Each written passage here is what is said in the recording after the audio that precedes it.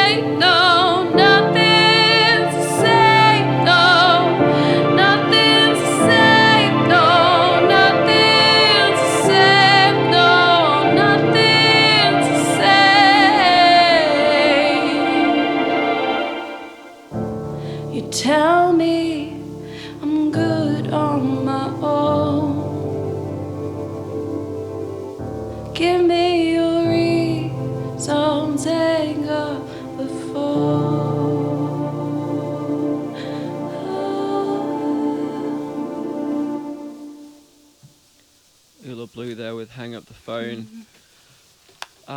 Writing that song must have been quite difficult for you. I read that, it was, as you mentioned last time you spoke to your dad, but it sounds like you started writing pretty much immediately after that phone call finished. Yes. But it took you a year to then finish the track itself.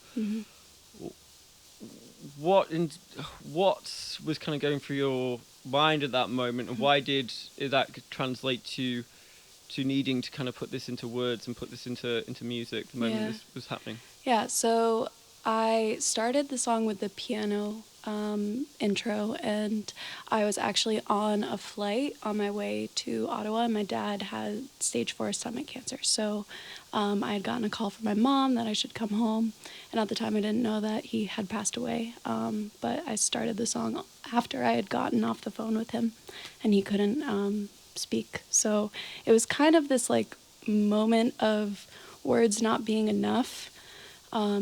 And that was the first time that really ever happened to me. I think I'm a writer, so words always seem to be enough. And then at that point, it all changed. So this song was my way of kind of coming to terms with the fact that I'd never really have the words, and that's okay. So yeah, and that's why it took me, I think, so long to write, because it was a natural evolution of like grief, and there like every different part of the song is a different part of my grief and how it translated into my life. So yeah. Did you feel it was really necessary for you to finish this song? Was it because it was such a part of the process of your grief? Was it? Yeah. It was very important for this to get done. Yeah, and at the time, I had demoed it a couple of times when I was living in New York, and then when the pandemic hit, I came back home to Vermont, and that was when I started working on actually recording it with my producer. So in that way, it kind of had this really interesting evolution of going from demo tape to my like second single release, and the one I'm probably the most proud of, because it did take so much of my person to create, and it feels very me, which is awesome. Yeah. Yeah, you really pour your soul out while singing it. It's very obvious just being in front of you, and you can clearly see it means a lot to you. As you are in front of a not too small of an audience, how does that feel to kind of bare your soul in this kind of audience, and then any kind of audience you played this song in front of so far? Well, I think that's what I am supposed to do as a musician. That's like my vulnerability is what allows people in to the space and to enjoy the music, and also to partake in their own vulnerability. So it felt like a very important thing for me to write about, because it's such a big part of my life that it allows me to communicate more effectively with people that are in front of me or far away from me. Yeah. This particular song and this particular subject is, it's particularly difficult to write and sing about, and kind of bare your soul around this particular issue. Do you find you also find other moments in your life which are also difficult that you then write about and perform? Absolutely. I think music has always been my release for emotion, and I'm generally a very, very happy-go-lucky person in my day-to-day life, so I don't think that I showcase a lot of the emotional side of me. So music is where I let that out, and where I feel free to like be my saddest self, be my happiest self, be my angriest self. That feels like a really good way to channel that energy, and that is where I think I feel most myself, is in that channeling of energy. So yeah. Does anyone who's friends with you and gets to know you outside of the musical sphere get surprised when you kind of go on stage or start performing, the juxtaposition between, you being happy-go-lucky and the songs that you sing that are quite raw and very emotional? Yeah, I think initially people have seemed to be a bit surprised. I'm just thinking of my sister, who called me when I released that song, and she was like, "Oh my God, I can't believe you just did that." And it's funny because she obviously knows me super, super well. We grew up together, and she knows that side of me. But even she was surprised at my like channeling of my grief into a song that I then perform for people. So that in that way, yes, I think people sometimes are a bit surprised, but that's also what I hope people are. So After you finish a set or perform live, mm-hmm. and you've performed several songs that are obviously pretty emotionally raw. Is there a feeling of a release at the end of that, or relief, or do you come off and you kind of need a day or so to kind of recover from that and get back to your quote unquote regular self, or yeah, is it that moment once you're off stage, then all right, I'm back to the way I usually am? I do think it is a release for me, and I am able, like, getting off stage, I do feel like lighter, and I almost forget about it until it happens, and then I'm like, oh, this is why I like this. Like, this feels good. And so I think I do kind of go back to that, like, happy-go-lucky person. I am definitely somebody that needs to, like, decompress and have my alone time, and I'm, like, introverted but somewhat extroverted, so that in that way I have to play with social interactions and know what I need and when I need to step away. And that's where I think also the writing happens, in that time when I'm away from everything and everyone. And that's such a big part of my life. So I need to honor that. So, yeah. Do you find you have to very intentionally carve out space to write?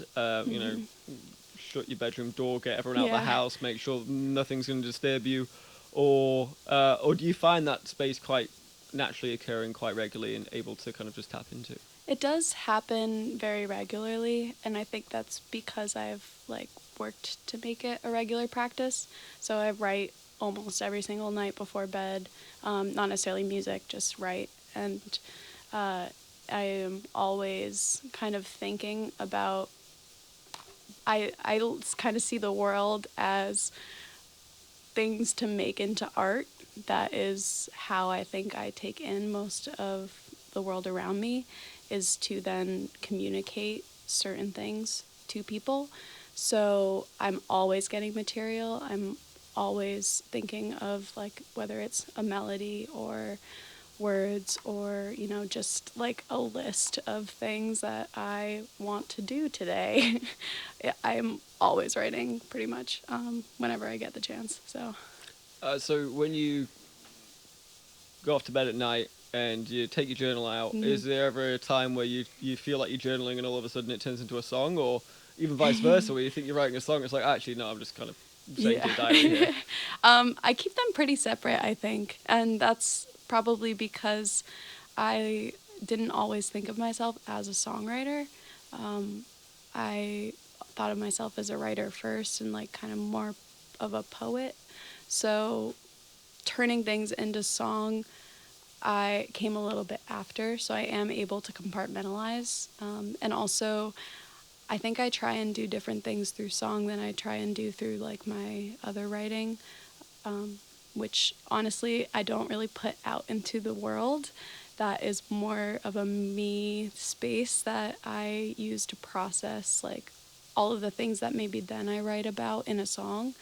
So it kind of gets all my ideas out and flowing, and then I'll be able to translate those ideas into music in a more succinct and, like, I guess, immediate way. And that's what's so awesome about music. You can communicate all of these different emotions and feelings all in, like, a 3-minute space, and that is so cool. Yeah. So your journal or your book of poetry or whatever medium you do write in, you use that as inspiration for when you write your songs. You kind of flip through it and kind of I have a box of journals in my, like, I have a storage unit and a box of journals in the storage unit, and every once in a while I'll just go and open up a random one and flip to a random page. And if nothing else, sometimes it just makes me laugh or cry, and in that way I'm reminded of ideas that I've had maybe 4 years ago, 5 years ago, that I'm like, oh, why didn't I finish that song? Why didn't I, like, ever go back to that? And then in that way I have songs that have been in the works for 10 years now that are not finished, but when I have the space and time to actually finish them, I put a lot of energy into that. So that's really nice. Out of curiosity, how long have you been journaling for? Oh, my whole life. I feel like I've been writing my entire life. So you can literally go back to when you're like 6 years old and bring up that book and find out what you had for I think dinner. I used to try and write songs when I was like 6 years old, and I'm pretty sure they were all really, really lame, which is good because you have to write a lot of bad songs to write good songs. I think if you're going to have that moment to write bad songs, I think 6 years old is forgivable. Yeah, exactly. I think you're okay on that front. I still write bad songs. Well, we'd love to hear another song. Yeah, so cool. what have you got for us? Sounds good. This one is called Feeling. And this also kind of plays with the idea that like words aren't enough, and sometimes just like sound and music is enough.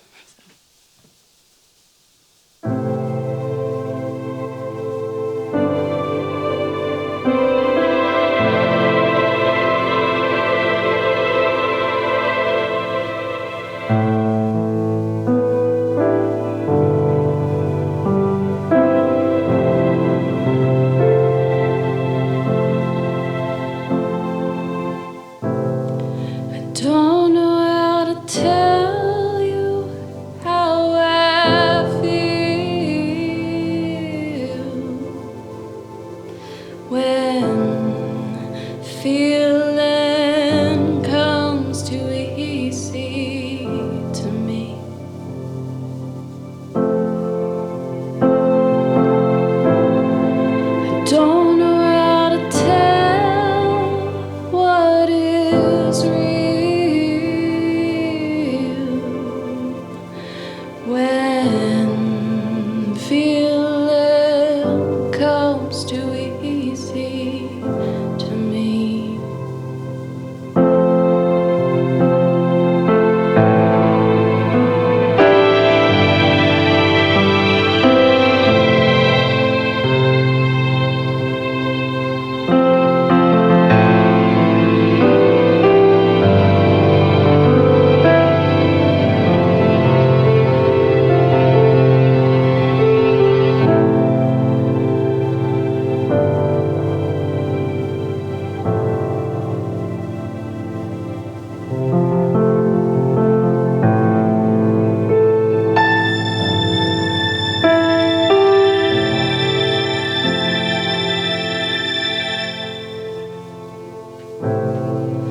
Don't know how to tell you how I feel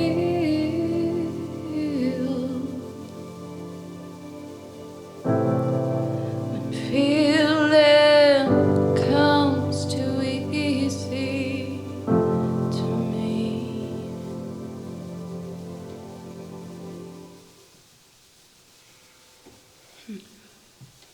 Feeling there by Ula Blue. So yeah, I mean the tracks, especially the ones you're bringing to us, are obviously said emotionally charged. Mm-hmm. They really touch the soul. Has this been the trajectory of your songwriting career? Have you always started with these really deep and personal songs, and it's just kind of developed from there, or did it start in a different direction and you found yourself in this place? That's a really good question. I think it has always been very personal for me, and like this pure form of expression. And it's only recently that I've started to also like write things that are a little lighter, topic-wise. And I think maybe that's because I'm a little lighter topic-wise. So I think a lot of the songs, like so far, both of the ones I've played were written 2 years ago. And I have one song that I'll play next that is on my guitar that I wrote just like 4 months ago. And you can kind of feel there's a difference in like a little more lightness to it. So I do think like I have this natural progression of topic matter. And right now I'm like at home, I'm writing more like fun kind of poppy things just because that's how I'm feeling. So I hope that I'll also have a mix of things that make people just like want to dance. which will be sick.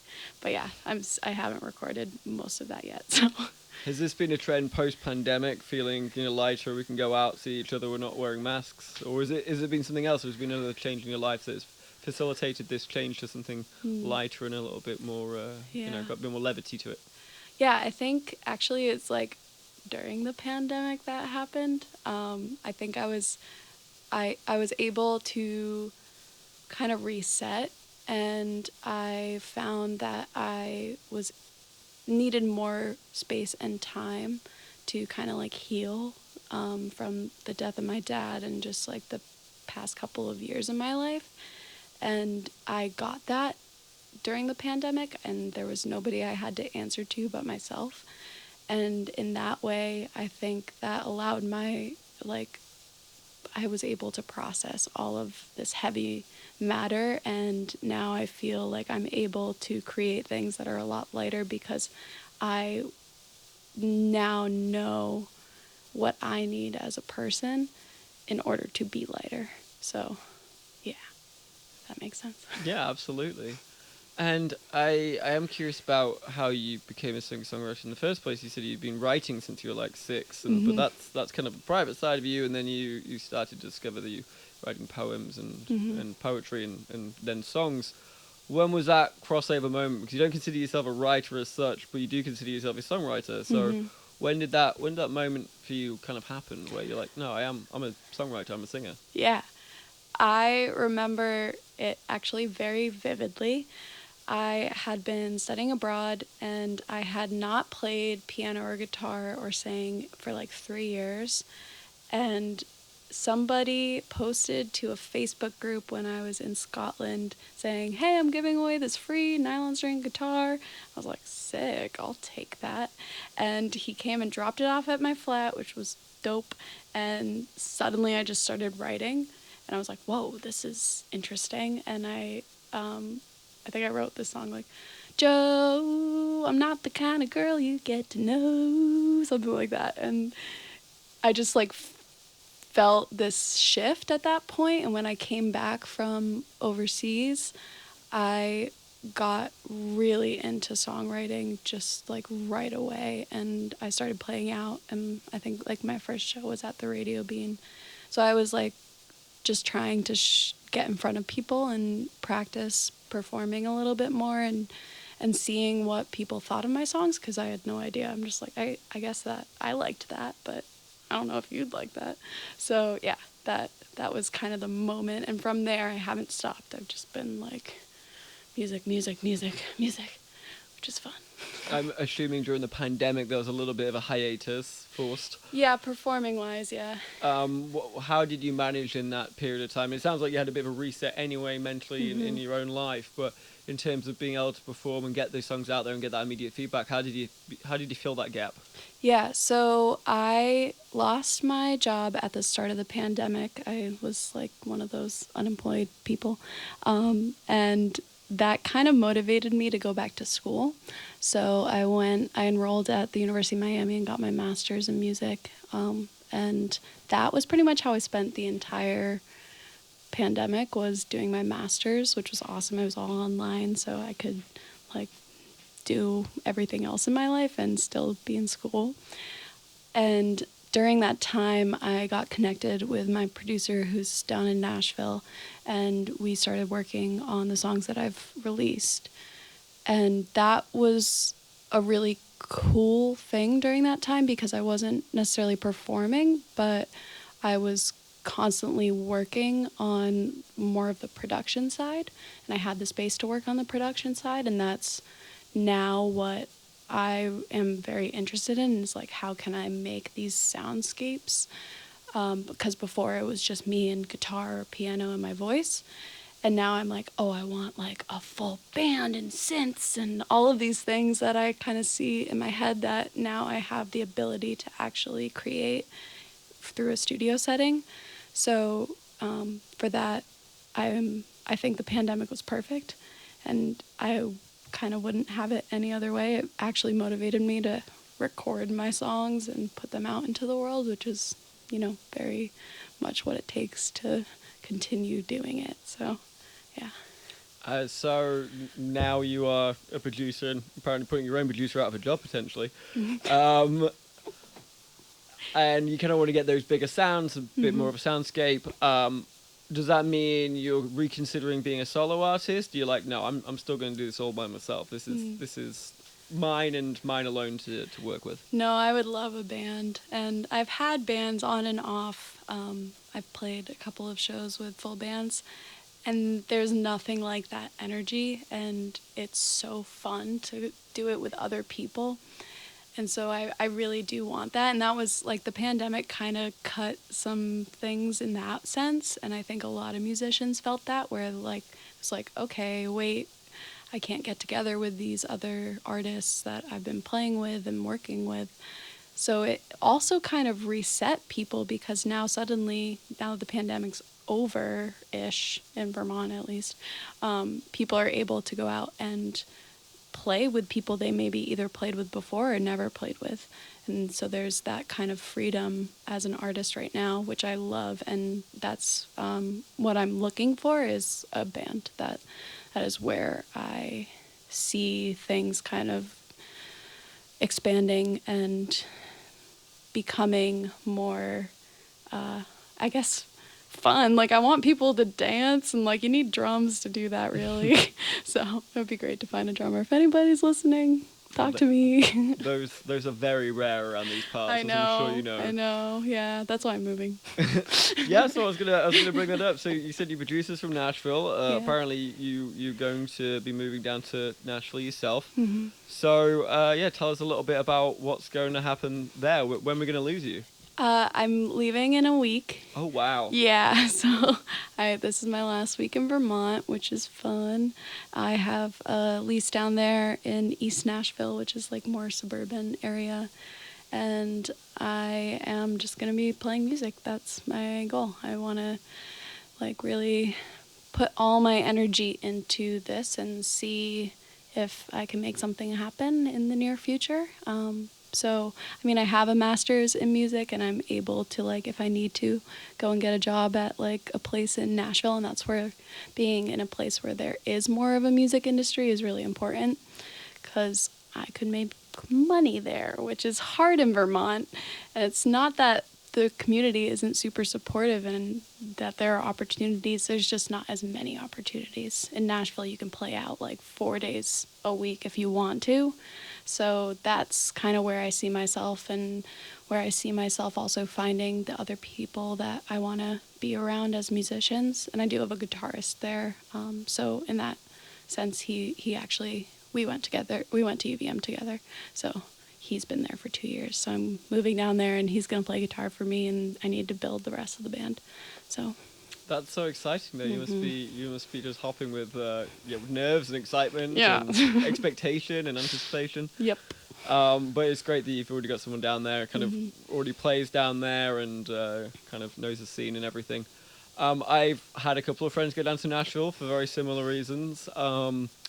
But at the same time, there's plenty of other cities kicking around with a great scene as well. Obviously, you got Chicago, New York City, which it sounds like you've already been there and done that. Philadelphia is huge, and of course you can't forget California, or even up in Portland, which has also got a solid scene. What is it about Nashville itself that's drawing you in?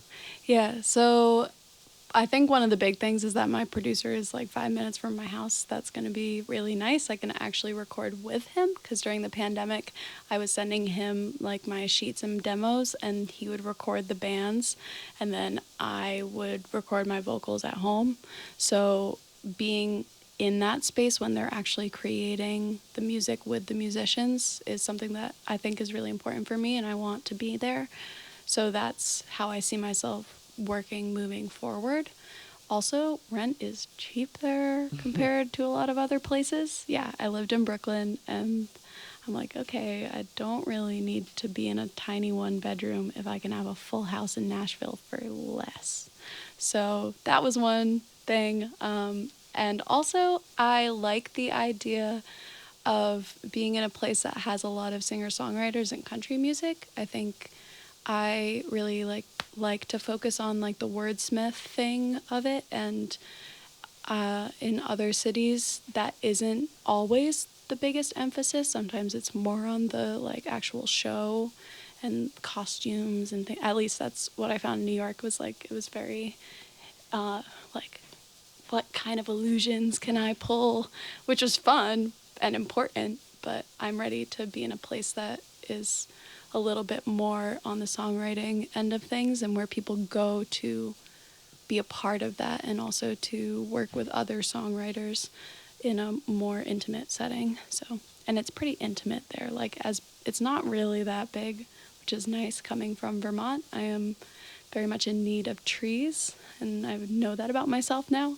So Nashville has trees. Yeah, it seems to tick all the right boxes for you. Well, we would love to hear another song. Yeah, so what do great. you got for us? I'm just going to move the mic real quick.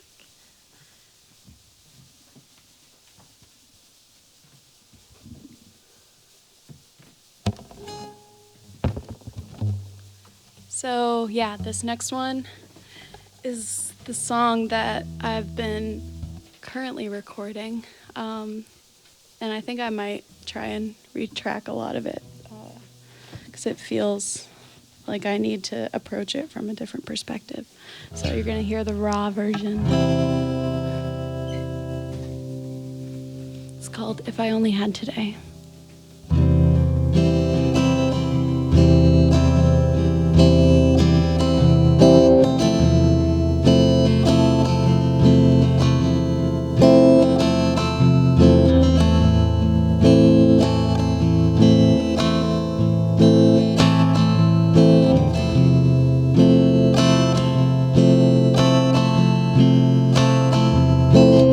Used to take the big train home. Now I'm driving all alone, and I got no place to go. So I stay as if I only had today.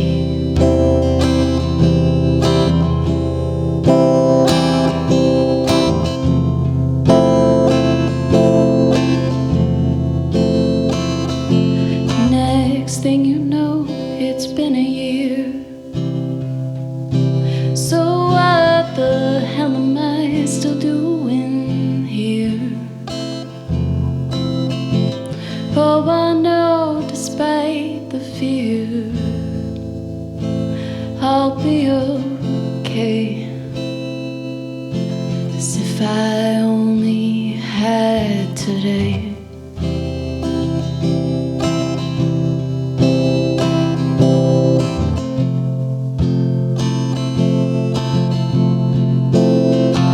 I'd like to lose myself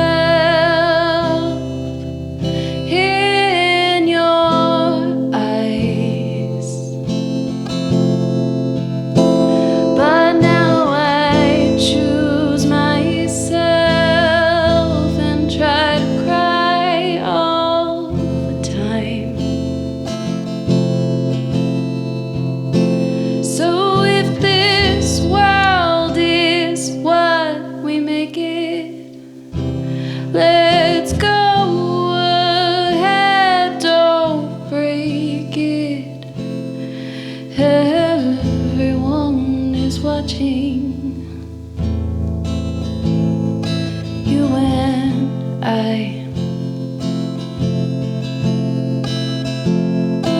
So if you were to look me in the eye and your reflection turned and said you'd be alright, shimmering gold, would you follow? As if I only had today.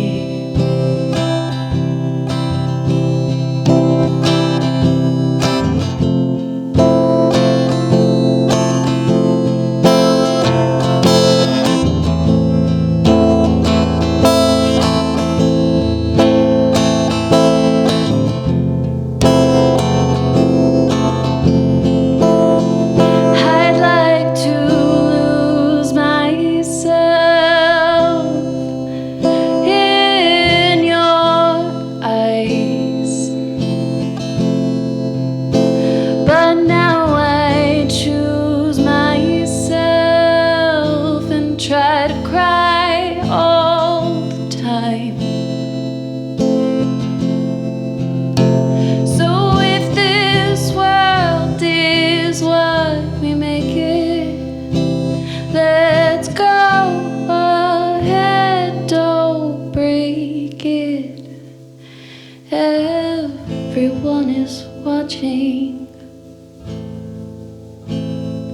you and I, as if I only had today.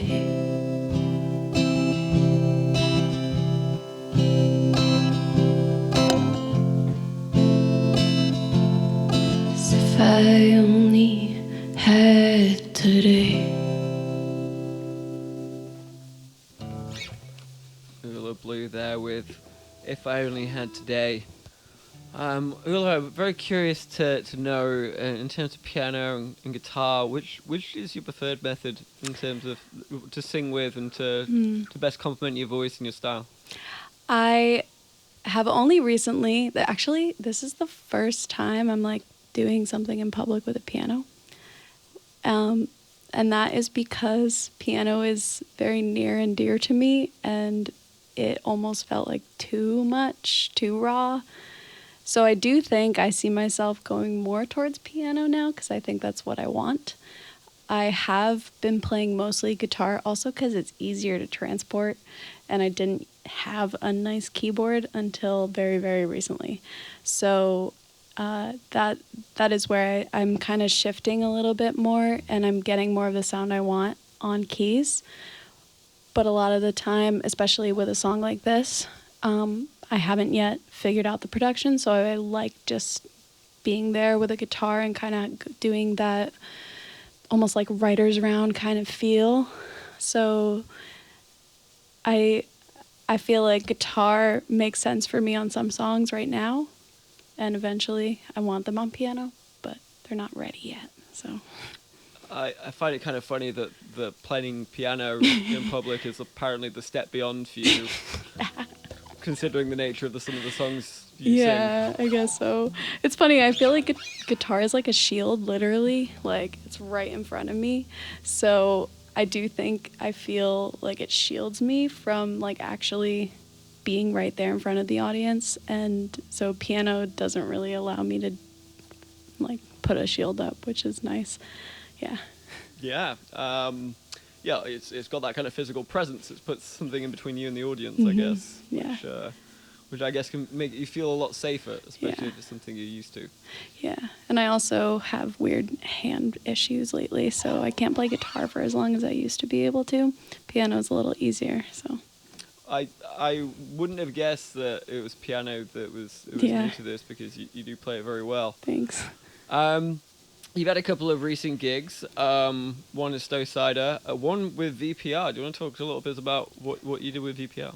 Well, VPR, so they have like a Safe and Sound radio station, so they played both of my releases on there, which was awesome. And that, I think, was it. I don't know if there was anything more on VPR. Out of curiosity, was the Stowe Cider gig the first gig post-pandemic? Kind of. I put on a show the 1st September of the pandemic. So out in Hardwick, a couple of friends and I, Clever Girls, if you know them, Chazzy Lake, we all made a drive-in concert because there were no performing opportunities, so we decided to make our own. So we had like a flatbed, like trailer kind of situation that was definitely very, very dangerous. And that was what we put the band on. And then we had about like 20 cars that came. So that was really fun. We actually sold out the show, which was sick. We were not expecting really anything because it was our first time putting something on like that. And also it was in the middle of a pandemic. But people came and they really enjoyed it. And that was honestly great. It was the most fun I've had in a really long time. And so that was kind of the first pandemic show, I guess. And then Stowe Cider was the like one that people could come to and really like sit at and be comfortable. So yeah, it felt really good, and I am excited to get back out in front of people again. So I mean, there'll be plenty of opportunities in Nashville, yeah. I'm very sure.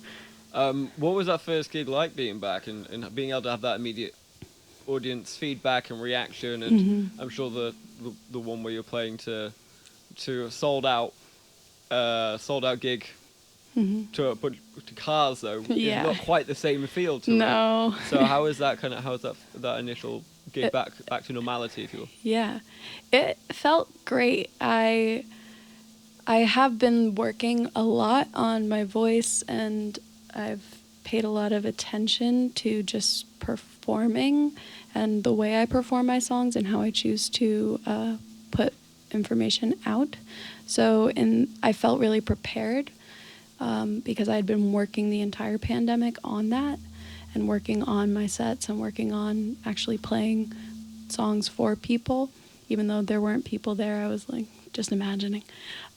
So it felt really good, and it reminded me, I guess, why I'm doing it. And I think that was something that it was hard to find the motivation to, because I tried Twitch. That was not the same. It was fun, but not the same. So I'm definitely more into the live audience in front of you. You can, if you wanted to, go touch them, but I wouldn't. So, yeah. But you're allowed to now, obviously, Yeah. because it's post-pandemic. Kind of. So I do see that you are going to be working on an album down in Nashville. Yeah. So when do you expect that to be out and ready, or is this kind of early days right now? It's definitely early days. One of the big things is funding. So I self-funded both of my singles, and I was planning on doing an EP, but then I decided that it's probably better to save those songs for a bigger project, lengthier project. So it will probably be a while. I'm waiting to hear on some grants that I applied for. So if I get the grants, then I'll be able to get into the studio and do at least 6 more songs, which would be amazing. I'm kind of waiting on having the money to do it, honestly. Yeah, it's Yeah. the way the music industry goes, I'm afraid. Yeah. We've got about time for one more song, but before I let you go, Cutie, let us know, are you playing at all before you leave? Yes, so I have a gig in Essex on July 11th, 5 to 7 p.m. at Black Flannel Brewery. If you know the Double E area, it's right there. So yeah, I'll be there 5 to 7, and then 3 days later, I'm leaving the state. So that will be my last one in Vermont for the foreseeable future. So definitely come on out if you want to see it. You can follow my Facebook for the event page. Yeah. And so if people do want to follow you on social media, how they find you? Yeah, so on Facebook, it's Ula Blue Music.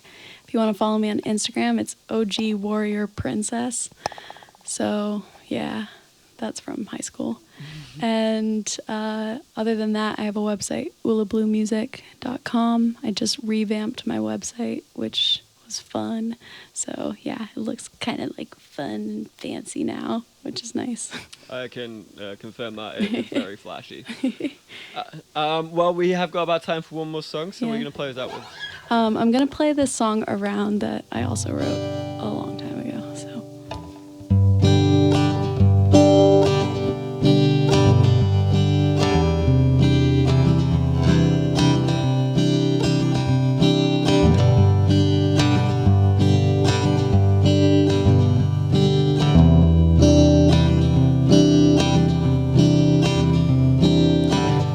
Where we began, my friend, back where the summers turn to winter, winters turn to rain.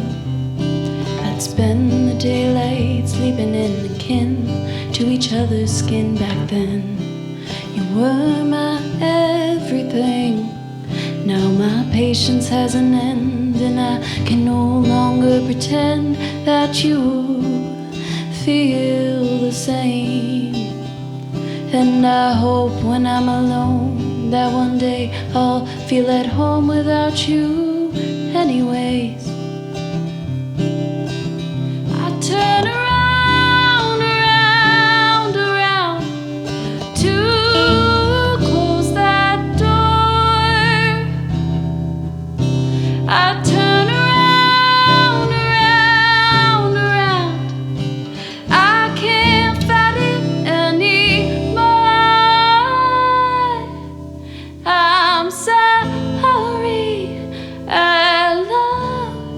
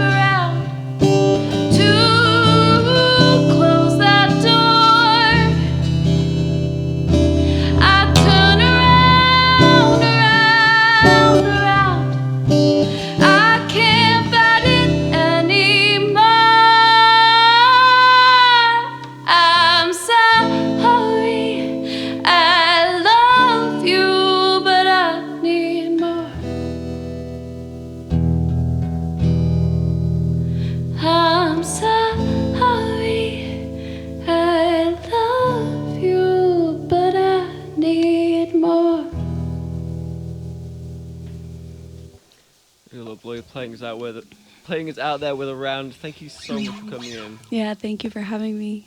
Honestly, anytime, if you do come back from Nashville, please hit us up. We'd love to speak to you again. Thanks, Tom. Love you guys. Thanks, Big Heavy World and the Radiator. You guys are awesome.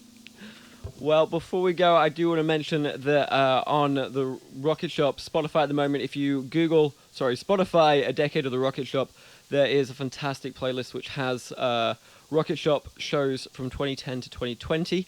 There will also be new shows coming up on that playlist in the next few weeks, made by one of Big Heavy World's own, Leah Segan Dworsky. So if you do like listening to the Rocket Shop, that is a great playlist to listen to. Join us next week. We've got 2 returning guests, Night Protocol, and not next 2 weeks. Thank you very much, Bob. 2 weeks from now, we've got Night Protocol and Princess Nostalgia coming on. Massive bands, so please listen in. This has been The Rocket Shop. I've been your host, Tom Proctor, and good night. Got our barbels in my mouth for the last 2 minutes there.